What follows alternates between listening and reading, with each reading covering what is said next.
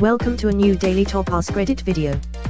Today's topic: what's the worst punishment you ever received as a child? Probably when my mom spanked me with the back of her favorite hairbrush, then the hairbrush broke and I got spanked some more because that was her favorite hairbrush. That's fucked. At last my mom stopped and called it if she broke the wooden spoon. Once made the mistake of saying the spanking didn't hurt. It sure hurt the next time. When I was young and taking interest in girls, my parents made a rule with no girls over at the house alone with me, even to study all doors open, no locks. This all happened after I got caught in a compromising situation with my girlfriend at church. Went on like that for a while until I was 14 to 15. A friend of mine who was on the weightlifting team was over at my house one day. He was changing in my room and my parents walked in with him in his boxers and me sitting on my bed. I still remember that moment. They both paused, look at each other, and it got weird for a couple days. When they finally said something, it was very positive towards me seeing women. Got a lock on my door and girls were very welcome in the house alone with me, even got a few "why don't you ever bring that one girl around more often?" My parents really didn't want me to be gay. How ironic, they banned girls, but they don't want you to be gay. Well, it worked out fine for the Catholic Church. I grew up with my grandma and I can't exactly remember what I did, but next thing I know she's laying a pile of uncooked rice in the corner to kneel on for 10 minutes. It felt like I was kneeling in a gravel driveway with shard rocks. Forgot about the time she threw me outside in the snow in my boxers and locked the door. I was 8. I've heard of this one at least. I saw it in a Law and Order episode. The kids had scars all over their legs and what appeared to be grains of rice embedded in their knees. Looked pretty brutal. I know from my parents that in the former USSR this punishment was fairly common, but with salt instead of rice.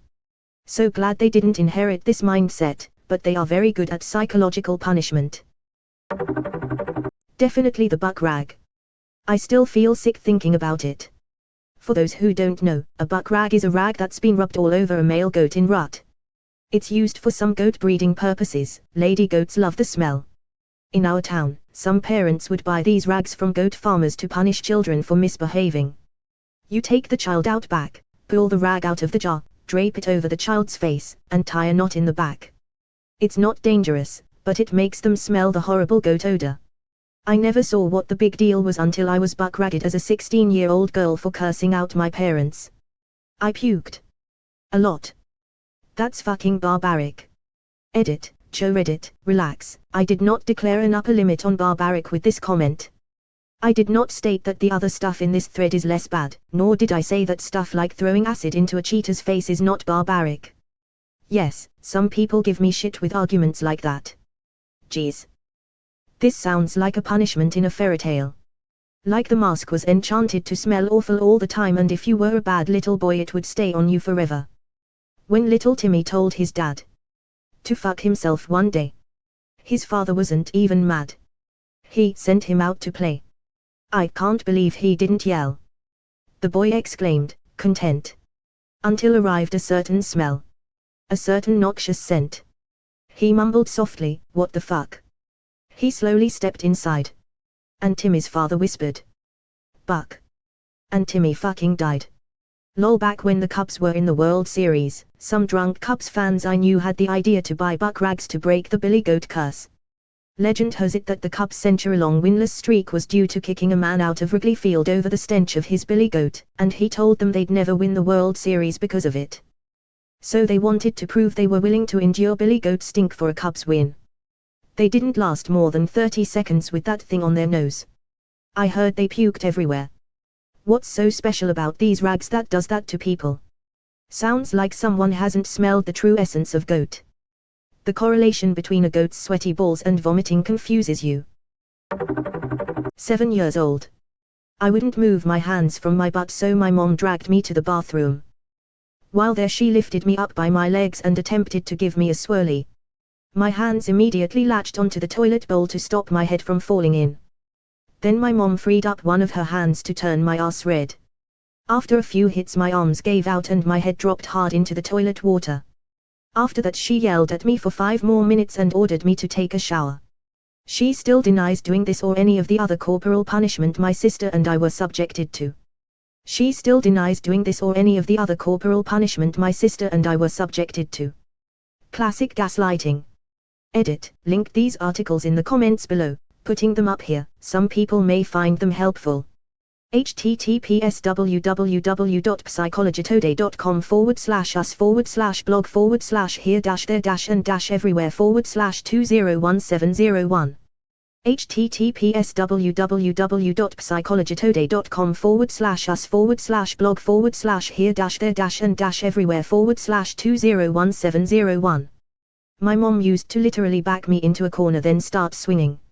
She'd stop after she got tired or thought I learned my lesson. The next day she'd buy me a shitty little crystal knick-knack from the drugstore as an apology. It would happen about twice a year. I'd threaten to call the police, she'd say they won't believe you and arrest you for lying. This went on for years. One day, when I was 16, she thought I was being moody so she walked up behind me and backhanded me in the back of my head. I had enough of it and pushed her away. She started screaming to my dad that I was attacking her. He came in and put his hands on me and I wrapped my hands around his throat until he tapped and was begging me to stop. I left home for almost a month, couch surfing and probably putting myself in way too dangerous situations for a minor. I didn't go back home until my dad finally apologized to me when he got the truth of what happened from my mom.